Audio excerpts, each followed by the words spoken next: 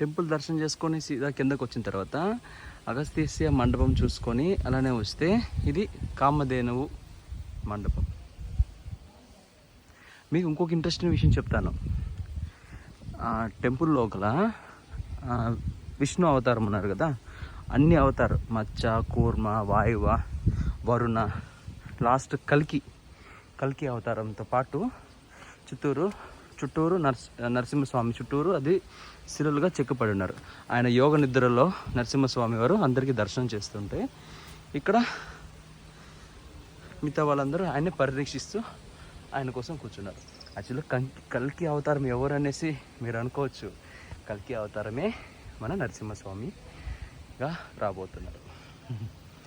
ఇది టెంపుల్.